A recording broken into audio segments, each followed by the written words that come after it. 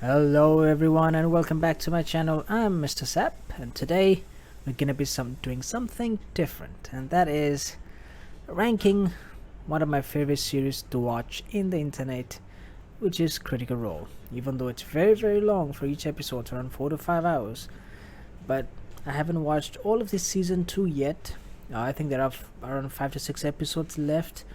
Uh, but it's gonna be completed very soon. But I think I've enjoyed most of the characters in season 2 so far. I have watched all of season 1. I think barring few, I think I skipped few episodes in the beginning of season 1 with Vox Machina, but most of the season 2 I have finished it, so few episodes left. But I don't think so that's gonna make much of a difference in terms of ranking that I have. So going for the ranking, I'm gonna go start at the top, which is a spice. It's kind of remarked for the season 1, uh, about Scanlan, that he searches for spice. It's a lot of good story on that one. Spice. It's like you're addicted to the drugs or something like that. So that's why I put it on the top for that, because you kind of get addicted to the characters that you want, or that you feel close to. So that's why I want more. I think it's very self-explanatory. I dig that. Something that Beau says a lot, I believe. Something new, something that the characters or the cast did bring out something new, and then try to show it to the audience. But it didn't work out very well, or it was kind of it was all right. And then the next one is, what is this? I mean, like, what is this really? What are they trying to do? And the last one is, good you died. It's good that the character was dead early on in the campaign or whatever it is. Glad that they passed away, and you don't want to see that character anymore. Or you can say the cast. And I think many of you know who is gonna be in this at the end. But without further ado, let's go and start ranking. Now first, when you look at Beau, Beau is a very interesting character in season 2. I think I did not like Marisha playing Keyleth a lot in season 1. I wasn't a very big fan. She had her moments, but I wasn't one of those haters that used to hate her in the comments. Like every time she made a mistakes and things. I mean, these guys were new to playing games, even though they played at home, but playing in front of screen and having audience judge you and everything, it takes a bit of toll. So I can understand Marisha for that. But I think season 2, I think initially I was not a big fan of Beau. I feel like she was gonna go wayward with it, but I think I really love it. Kind of personifies her own character into Beau. I think she has that, some of the characteristics that Marisha is known for in Beau. I think, and we see a lot of that in that. And I think I enjoy that, the kind of the two characters that she plays together. Sometimes you kind of don't know which one is Beau and which one is Marisha, actually. So I really enjoyed. I think there isn't much in terms of backstory for Beau in this second season, other than with her father, the issues that she has with Cobalt Soul. But all in all, I think I enjoy that, and I'm gonna put it her in. I dig that, which is be around B, I believe. So I think I really enjoyed her character a lot. I think far better. I think Monk abilities. I mean, Monk is an absolutely gem of a class to play. It's really good. And I think some of the cast might take a Monk in the next in campaign season 3. So, but let's see what happens. But really enjoyed, kind of enjoyed her obnoxious view of the empire, as well as just fighting with the authorities. You kind of have that teenage kind of mentality that Beau had, and I think she played it very well. I think over this season of campaign 2, I think the group nurtured her to become a more mature and more responsible person. I think you get to see that in Beau. I mean, like, caring for somebody else. I think you never see her doing that. I mean, like, sometimes she can be a little bit annoying, but I think I dig that would be a kind of a fair assumption for, or a fair conclusion to put Beau in. Now, next one is Caduceus. Caduceus is someone that I enjoy a lot. I think even as a player, Taliesin is a fantastic player. I mean the elder. I mean, is it the elder knight, eldritch knight or something? I kind of don't remember what it was, but whatever it is, I mean, Taliesin is a fantastic player. I mean, I think one of the best players out there. I think along with Sam, in terms of like the pivotal moments that you have. The times he has cut out critical hits, especially in season 2. It's been huge for the team. His heals. His I think one of the very good was when they went to Happy Fun Ball, and then he used the command spell to stop the golem. I think that was fantastic. I mean, they were running out of ideas with Caleb not being able to focus on magic, Fjord not being able to focus on magic and things. So, but I think he's a fantastic player in and out of the character. Taliesin and Caduceus, I think there isn't much of a backstory for Caduceus. I don't think so. Other than trying to, I think they're trying to rejuvenate his blooming grave or the forest. And of course his affection for Wild Mother. I think he played a fantastic supporting character in season 2. I think I would say he's the best supporting character there is. I think in terms of how much Caduceus has helped the team, how much he's needed actually for the team. So I'm gonna put him in. I kind of want to put him in his spice, but I'm gonna put him in I want more, because I really enjoy Caduceus a lot. I think he brings a very calming, composed, kind of feeling and emotions to the team, and a brain that wise brain that everybody needs, among all the heat or among all the tension that is in the group. So here's some of the lines that he has with Trentikithon, that that he said at the end. There's gonna be no one for you to weep for you when you pass away, or something like that. That was one of the best lines in the season, I believe. So I really enjoyed his, and I think Taliesin is a fantastic person to play Caduceus. So he's gonna be there in I Want More. Now Caleb is someone I wasn't looking forward to Liam playing another sad or sobbing character. I was not really. I mean, he's a fantastic actor, but I wasn't really looking for. I kind of wanted him to play something different from Vax. I was not a huge fan of Vax.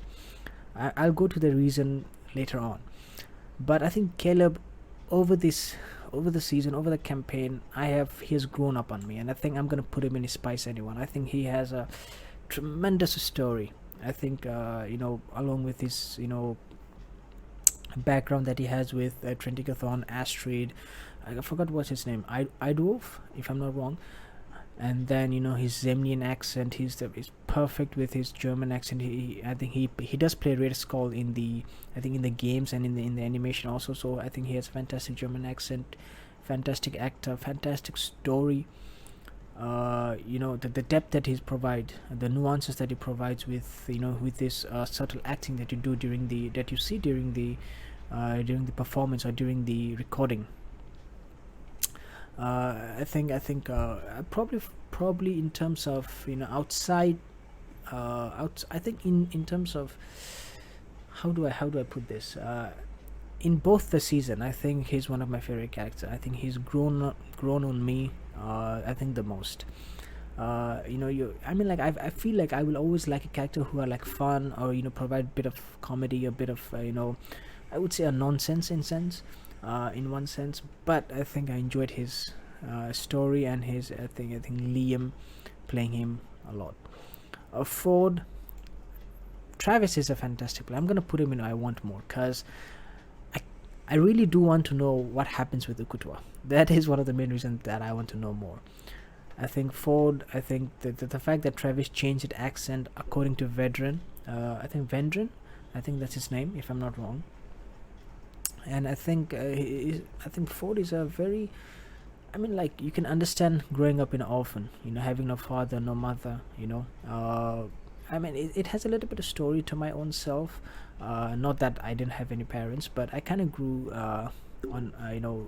without my parents, because they were working overseas. But the thing is that it kind of, I would say I connected with him in that basis, and then I think I had a lot of, I would say, emotional attachment to that, and I think that's why he's one of my favorite character in terms of season 2 also, along with Caleb and Caduceus.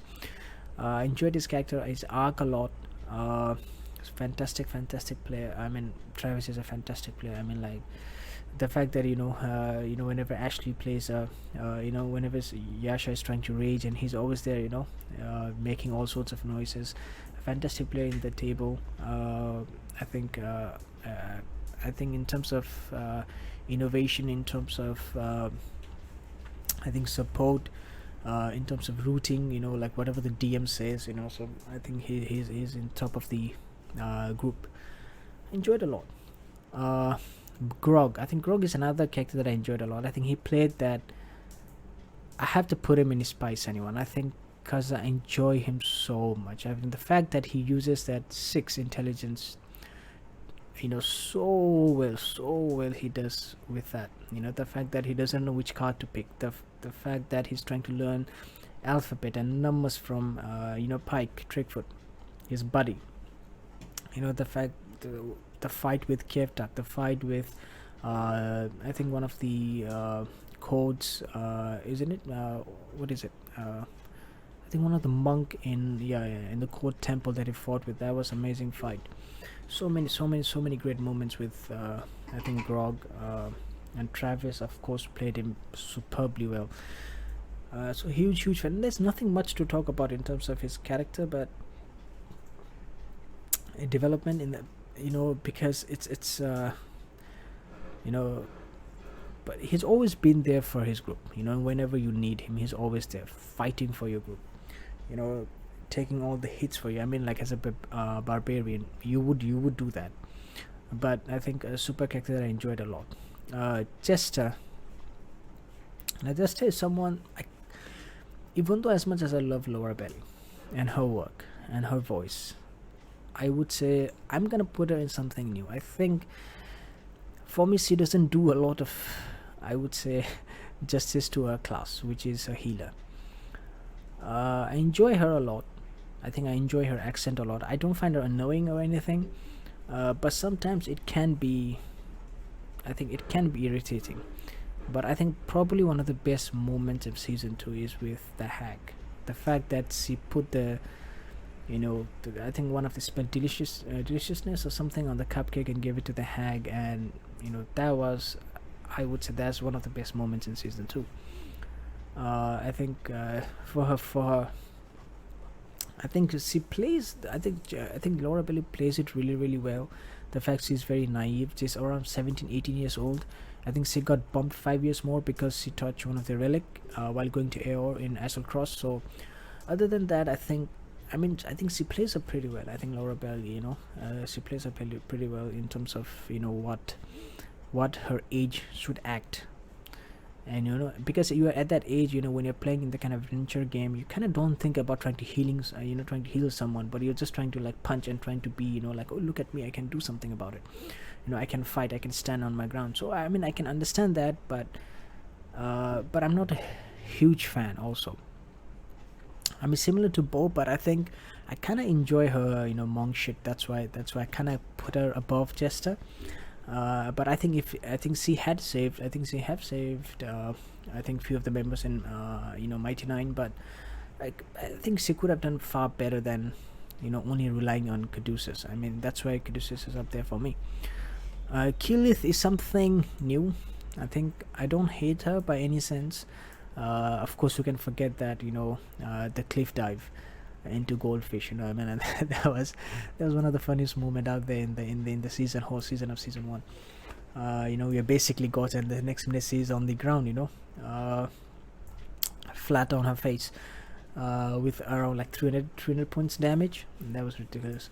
And then you could see Travis and all of them laughing in the background. I think I enjoyed Keyleth. I think she went through a lot. From a very teenager, lost her mom.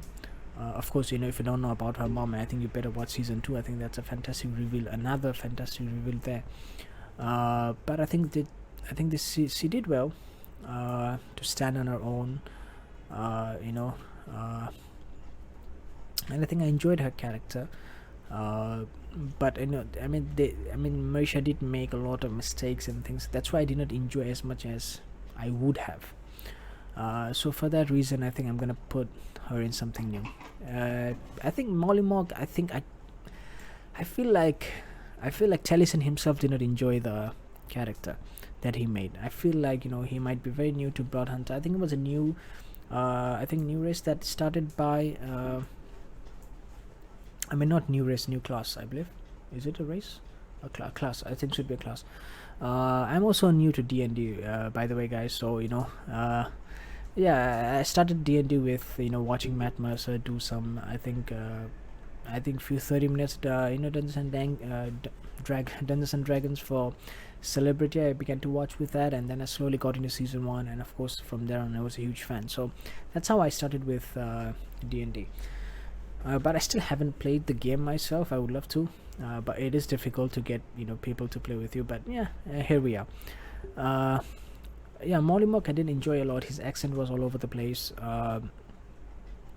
His character wasn't really interesting for me. I think. Maybe towards the end, similar to Caleb, he could have been better. But I think it's good that he died because we get Caduceus, and I think Caduceus was a huge bonus for the team. So in one sense, I think it's good. You take the good and the bad. Nott, I think the reason I'm gonna put, because her story is very simple. She wanted to turn from goblin into what is her race? How can I forget that? Halfling, yeah. And of course, be reunited with her husband and her son, Luke. And I think there isn't much in the story, but I love the way Sam plays. I think the fact that he's always drunk, trying to investigate, and he's always trying to get drunk, trying to steal buttons here and there, always with Jesters, trying to get some kind of detective agency going on. I enjoy.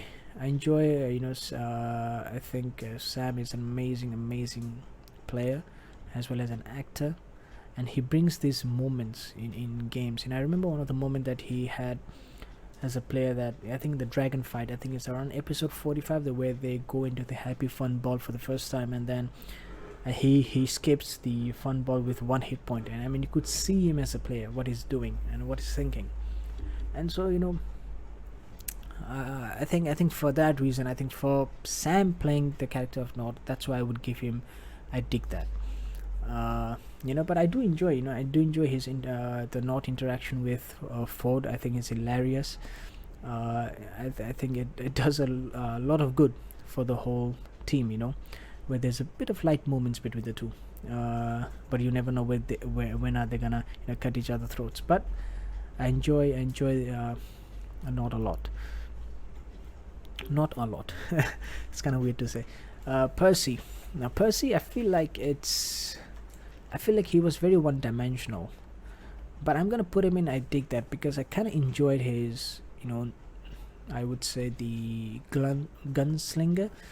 I think, the gunslinger class. I think I enjoyed that a lot. Something new to D&D. From where I researched, it was never there. Something new that Matt Mercer started. I think his name is fantastic. His lines, some of the lines that he said in the season, I can't remember some of it, but fantastic. And I think his whole story arc with Briarwood, I think I have to put him more. I think I'm gonna put him in. I dig that. I feel like his Briarwood arc is superb. I think one of the best story out there. Where they're trying to get Vecna back. So. And they kind of succeeded also, I think, according to Matt in the season 1 campaign wrap. But I think superb. I think good character to start. I think towards the middle, after the Briarwood arc, he didn't have much to, I would say, much things to do. I mean Briarwood, and I think Silas did come again and again. A few times they did make their scene. So, but. It wasn't much in terms of that. That was important, I would say so. Even though he hates Briarwood, but a good character at the end. I think I enjoyed Talison's playing this one, Percy, and Pike. I would say something new, because the reason is this. I think I'm gonna put it in what is this. I think the reason I'll put it in what is this is because Ashley Johnson was not there for much of the time. She was from New York. She was shooting with other series, and I can understand that.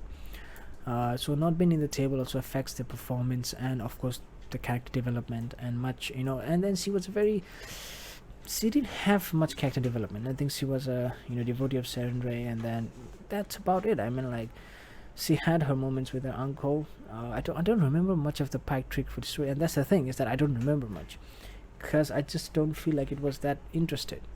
And so for that reason, I'm gonna put it in what is this. And even though I enjoyed Ashley Johnson, but her performance, whenever she could do, but not. I think what is this would be a kind of perfect for me for Pike. Scanlan, I mean, like, spice anyone. I mean, there's no doubt that he has to be in there for me. Probably the best character of season 1. I think a very, he's an. I would say he's the kind of the lead actor or the main character for Vox Machina. I think without him, I think many a times I think they would have lost all the fights. I think they would have been all TPK long time ago without him. I mean, who can forget that? I think it's around episode 80 something that he kind of goes against the team. Doesn't go against, but kind of like fights with the team. Like, for not trusting him or like not taking care of him or not being serious with him. But I think from to see him to go from a guy who does not give a shit about anybody else, who just goes out for sex and things like that, to become a responsible, caring father, to become a responsible, caring husband, to become a responsible and caring friend, is a journey in itself. Along with the issues, the personal trauma that he had, but I think he plays it very, I think Sam plays it very very well. I think the fact that Sam was playing a bard, I think he made bard one of the best class there is in Dungeons and Dragons, and you have to give credit to Sam for that. And so who can forget the 9th level wish that he had to save Vax, but he couldn't at the end. I think many moments like that in the game. My favorite, I would say my favorite character of season 1 and 2, for without a shadow of doubt. Terry, I enjoyed a lot. Something new I would put him, because I think I did enjoy his relationship with Pike. I think there are a lot of episodes that I forgot. I think because like you kind of have to go back and revisit, and it's very hard to know which moments you wanna go and watch, because it's every episode is like 3 to 4 hours. So, but all in all, I enjoyed the camaraderie between all the Vox Machina with Terry, and then of course Scanlan came back later on, but a very enjoyable character, and of course the book that he made. Okay, Tiberius Stormwind. I think many people would agree with me with this. He was, I think Tiberius, I forgot what's the name of the cast member, but he wasn't a very good, I would say, player. He was very much of a meta player, and few of them actually I have also put them in low in the list because of them kind of meta playing the game. That's also one of the reasons that I'll put them a little bit lower. But I would say, like, Travis, usually Liam or Sam or Taliesin, usually they don't kind of meta game, especially Sam, Travis and Taliesin. Liam to some degree he might, but I think in season 2 is far better than in season 1, especially with luck, of course. But yeah, all in all, I think Tiberius, I think he deserves to be there. I think Good You Died. I think I kind of skipped many of the episodes with Tiberius in there, because I really did not like watching that. And I think if Tiberius was there for the whole of season 1, I don't think so I would have watched Critical Role, because I kind of it would put me off, because it's not like he's some kind of a villain that you don't want to watch. It's like he's a real person, and just playing a character, and then he's trying to meta game and everything. It kind of makes you not watch it. And so I'm kind of glad that that he parted with the team. So yeah. Vax, I'm gonna put him in something new, because I didn't enjoy Fax that much. I think he was, for me, a little bit annoying because he was always very emotional, very, it's like sobbing all the time, or kind of, being very sad or very emo in that sense. And I wasn't really feeling him. There are a few moments that with him that I liked, but most of the time, he was enjoyable. I would say so, but not to a degree that I would, put him on, I dig that, or I want more, or higher than where he is. Vex, I kind of forgot most of the story in season one. Not much I remember. That's why I think Vex I kind of enjoyed, with especially with with Trinket, and of course Trinket with Scanlan. Enjoy the story. I enjoy the story from being I think kind of running away from home to becoming kind of the what do you call that? I kind of forgot what she is, what title she has at this moment. With of course being the wife of I think this is some kind of lord, yeah. So wife of Percy for sure. But I think yeah, all in all, solid character, solid growth over the time, and then I think I enjoyed the kind of interaction with all the team in Vox Machina. Yasha, I'm gonna put in something new, because we haven't looked much of the backstory, because I really wanted to know what really happened with her about the fallen angels. We haven't really gone there. I think if there were a few more episodes with what really happened to her, why did she lose her wings and things like that, why was her wings like blackened at first, and then it feathered later on. I kind of wanted to did he do it or not? I don't think so he did it. I mean, like, it was feathered, but but why was it blackened in the first place? I kind of wanted to know more about that. We didn't get a lot of similar to Pike. We didn't get a lot of Ashley Johnson in the beginnings. He came back after 60 or 70, I think around 70-80 episodes. He was a regular after that. So most of the half seasons he wasn't really there, other than a few moments.